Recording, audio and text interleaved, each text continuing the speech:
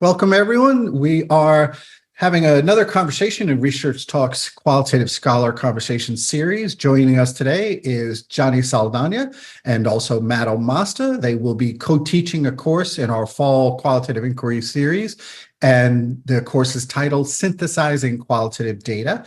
It's offered Thursday and Friday, October 24th and 25th. I'm Ray Maeda, president of Research Talk, and I will co-facilitate the conversation with my colleague Jeff. My background's in sociology and qualitative inquiry, so very interested to hear the ways that Matt and Johnny together bring their course description to life for us. So we'll get a little more detail about the course in the next little bit here. Jeff, you want to introduce yourself, and then we'll pass off to Matt and Johnny?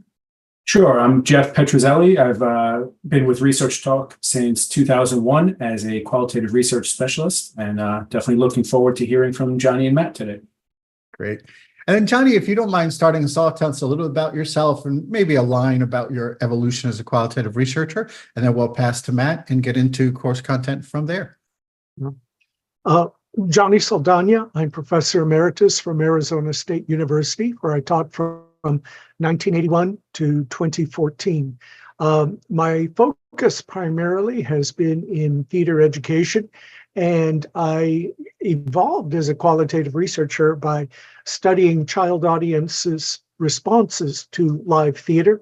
And that's how I got into qualitative inquiry, because our field at that time was starting to transition away from quantitative inquiry into qualitative. So I dovetailed in, I think, just at the right moment. Matt? Hi, Matt Omasta. I am a professor and chair of the Department of Theater at Miami University in Oxford, Ohio. And my background is also in looking at how performance impacts audiences from a mixed methods point of view. I started off as kind of a theoretical, conceptual researcher looking at theory and performance studies. But then moved on to do a lot more mixed methods and qualitative work from there. Great, wonderful. And when we think about the course that you're offering in October, the Synthesizing Qualitative Data, Johnny, did you want to lead telling us a little bit about the course origins, why this course, and and you and Matt can have a back and forth there as we shift back and forth. Synthesizing qualitative data actually began earlier, almost a decade ago, as advanced qualitative data analysis. But as the course itself evolved, I realized that there was a difference between analyzing and synthesizing qualitative data. Matt and I co-authored a book called Qualitative Research, Analyzing Life. And the primary thread that goes to that book is that analysis is the through line of it. In other words, most books in qualitative research, the beginning ones, start off with fundamentals such as the history of qualitative research and the theoretical background and so forth. And analysis chapters tend to be toward the very end. Well, for us, we flip the curriculum around, because we start off with analysis, because that is, from our perspective and our own experience, one of the most difficult things for students to learn. And so we start off with how we generate data by interviewing, participant observation, documents, and so forth. And in each chapter, we devote some substantive amounts to how to analyze the material. So rather than saving analysis for the very end, analysis is covered through every single chapter. When we folded Matt into the course, we had already been with our first and second editions of Qualitative Research, Analyzing Life. And so since he was a co-author, what I wanted to do was to get him folded into the course as well, because we both contributed to that textbook. Matt, what's been your experiences in teaching synthesizing? I think with my students, one of the challenges is always bringing all of the disparate things together. And that can be a challenge for me as a researcher too, if I'm looking at a variety of sources of data related to how people are experiencing performance, in my case. And so what we've really done a good job of, I think, in this course is both talking about how you can bring data together and analyze as you're going along. Synthesis is bringing things together, analysis is taking them apart, and we kind of do both of those things throughout the course. So this expression, disparate things, Matt, I think might make some folks anxious where they hear that. Are there practices that you're all doing that kind of assuage the anxiety in the process of bringing up analysis earlier and thinking about breaking up and synthesizing, at a much closer time frame? I think that in terms of when I mentioned disparate things, I'm really talking about different types of data that all inform a question. So bringing together, interviews and focus groups with participant observation being in a theater, for example, watching people as they experience something, and the quantitative surveys. Our course doesn't focus too much on that quant aspect. But I do think this idea of bringing together as much information as we can, gathering data from many perspectives and bringing it and synthesizing it together is kind of at the heart of this course, is being able to harmonize a variety of different types of data. Our pedagogical strategy is we take a look at 4 different cases throughout the course, and we analyze, obviously, each case one at a time. But we synthesize because each time we do a case, we spiral back to our original analyses in order to synthesize them. For example, we take a look, first of all, at Mike, the steelworker from Studs Terkel's book, Working. And then the second case that we take a look at is Stephanie Land's autobiography from MAID. After we take a look at Stephanie's data, we now ask participants, what do Mike and Stephanie have in common? So that begins the synthesizing process. And so on with the third case. We analyze it separately, and then we ask our participants to spiral back and say, okay, let's synthesize now.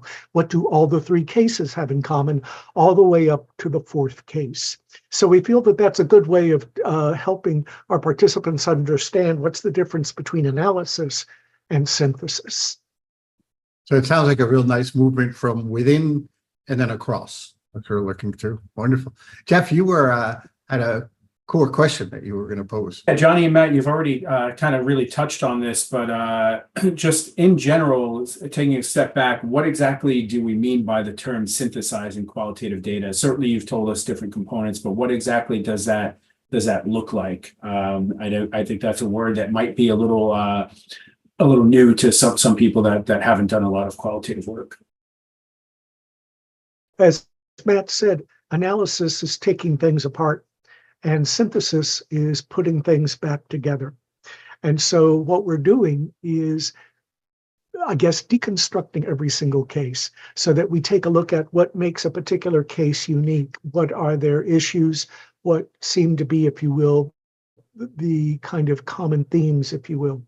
And what we're also doing with each particular case is approaching analysis in a different way. So that with the first case, we learn about coding. The second case, we learn about developing, I believe, concepts. The third case, we take a look at themes, so that each particular case is analyzed in a different way. So that way we offer our participants a broad spectrum of different options they have for analyzing data. And then, as we said, with each particular case, we're building cumulatively so that by the end of the course, we've looked at 4 cases. And what we're doing now is synthesizing what all the 4 cases have in common. Because the primary thing of qualitative data analysis to us is finding out what the patterns are. And so that's what we're doing, is we're trying to help participants see how do you discern what the patterns are in the data, even if those data consist of differences.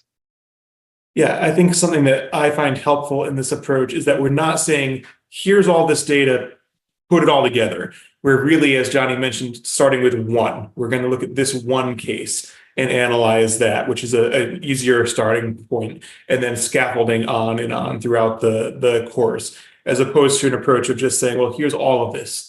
Make sense of it. Yeah. Nice. It sounds like you're really kind of giving folks a rich texture and a set of resources, and that just keeps build on that throughout. When we were reviewing your description, there's words there that folks are going to be familiar with, but there's aspects to what you do that really help people accomplish their goals of synthesizing in unique ways. In particular, I was interested in hearing, and whoever wants to kind of approach this, a little bit more about when you're working with analytic write-ups in general, but specifically even vignettes, and how vignettes are an example of an analytic write-up tool as you're synthesizing data. What we have in the course is an example of an interview that Matt did with a participant who was a college student working part-time in a retail store. What we do is we show participants the actual verbatim data set from that interview. And what I did was I took Matt's transcript and I adapted it into short story form. So that's an example of a vignette that we illustrate to the participants. We talk about vignettes as a kind of an evocative way, a literary way of presenting your data, so that rather than just simply including an interview passage verbatim in a report, we talk about how you can bring your literary prowess to reimagining the data in a way that makes more of an impact on your readers. And it's throughout the course, there's this, I always think of this when I think about your course, you're letting people work different parts of their mind as they go through. And Matt, there's also data analytic decision-making, matrices, diagrams. And if you could kind of just give a little bit more information on that, I think that's a nice follow-up to what Johnny just described, to really let people know that in this course, you really are going to have lots of avenues and resources to process what's coming as you continue to work document by document. Yeah, so we're providing some tools for visualizing things in a matrix or in other types of ways that just help organize your thinking visually on the page or on the screen, that you step back and look at it all together. I find that helps in starting that synthetic work. Johnny, do you have any other thoughts on that? Yeah, Matt and I are theater educators. We are we work with people who are going to be teachers. And so since Matt and I have knowledge about pedagogical methods, we transfer those things that we know about the most effective ways to teach and learn into the course itself, so that we're very consciously aware of not just doing an exercise, but we have a particular objective for students to learn as they're doing that particular exercise. So I think that gives us a very good edge in helping our participants get the most impact out of the course possible. And there's a knack that both of you have as instructors of making things that intimidate folks newer to qual or even people experienced. And one of them is theory development. And Johnny, you've written a lot about this. You and I have talked a lot about it. But in this particular course, just a little bit of a preview for folks and the conversation that about theory development in the course. Yeah, we have as the final exercise a matrix where we take a look at all 4 cases that we've been analyzing and synthesizing. And the final development of a theory about these 4 cases is for us, the ultimate exercise in synthesizing qualitative data. For us, we promote theory as a one-sentence statement that holds several properties to it. And so with the culminating exercise, what we're getting participants to do is to really do the ultimate synthesis. What about all 4 cases? What's one sentence that brings all of them together? Now, that one sentence is accompanied with an explicating narrative. But for us, that seems like both a very simple but a very formidable final task. Matt, could you talk a little bit more about how we build on that?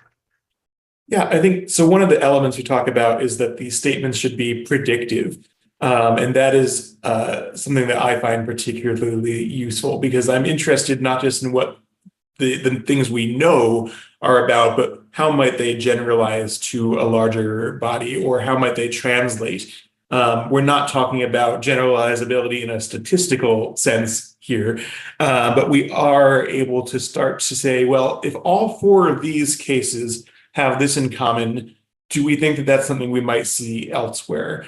That's one of the traits that I find most useful in theory development, is being able to create something that can help guide our future work and help us create new questions based on the understandings we're forming from our data. That's great. As we move toward closure, Jeff, I just want to check in with you, see if there's anything you're thinking about, and then just one or two final questions is great. Just one thing that interests me, and again, this is something you touched on a little bit, but you both have, of course, backgrounds in theater and performance. So, and I've seen both of you teach in person, and I see how that definitely has translated into your teaching. How does that work in a sort of an online setting? So it's a little bit different. And I know this isn't necessarily content related, but I am curious because you do have backgrounds that a lot of our instructors do not have. So I'm just curious how that plays online. We're both, I think, quite good at not lecturing, but having ways of translating the information that's in our head into language that can help students grasp the concepts that we're trying to teach. The PowerPoints also are very, if you will, performative. We try to make them as colorful as possible. We rely on what the research says about PowerPoints, meaning have an image connected with text, because that way students are more likely to retain the information. So it's those small kinds of things that we integrate into our work. Also, because Matt and I have learned how to analyze characters, how to analyze plays, those methods translate quite easily into analyzing interview transcripts and documents. So we feel we have kind of an insider edge when it comes to qualitative analysis. And I think that one thing we learn about theater and performance is that they are always interactive. And that's something we try to integrate as well. We do have a lot of information to share with participants, but we try to make it a conversation where possible. We try to jump to interactive exercises and keep people involved, so they're not just watching us talk. It's really a much more of a conversation and an opportunity to participate in the work as we go along. It's beautiful. Both of you are just elegant in the way that you think about, you couple principles of teaching and also methods in your work and your practice. And I think that's going to be so powerful for people to witness and to learn. There's a final question, if each of you could answer. We like to imagine what people do, your courses on a Thursday and Friday. When they get back to work, hopefully they'll relax over the weekend. But let's say Monday morning, people are back at their desk. If each of you could just tell us if there's one thing that you'd love to see one of the people in your class kind of adapting, integrating, what might be a real good kind of takeaway that you wouldn't mind seeing someone who takes your course kind of integrating into their work, as they kind of say, all right, I'm going to get brave. I'm rolling up by the sleeves. And from Johnny and Matt, here's what I'm dipping into. Since we have a wide variety of backgrounds in our participants, some are in healthcare, medicine, education, sociology, what each person takes is going to be, of course, different and unique to each individual. But I also tell them that according to brain-based research, what's been happening throughout the entire course is that their brains have also been synthesizing the information. So I hope that when they go back to their offices or their studies after the course, I hope that what they'll be able to do is to understand how there's not just one way to analyze and synthesize data, but several ways to do it. I don't want them to be locked into thinking that, the only way to analyze data is to code it. No, we want them to be aware that there are very many different kinds of ways that you can approach the analysis of data. Because I go back to Michael Quinn Patton saying that because each qualitative study is unique, the data analytic methods used will also be unique. Beautiful. Yeah. And I think that we provide a lot of different tools folks can use. And so one thing I would hope is that upon reflection, they might be able to select the right tools for the project they're working on, because not all of them are relevant to every single project.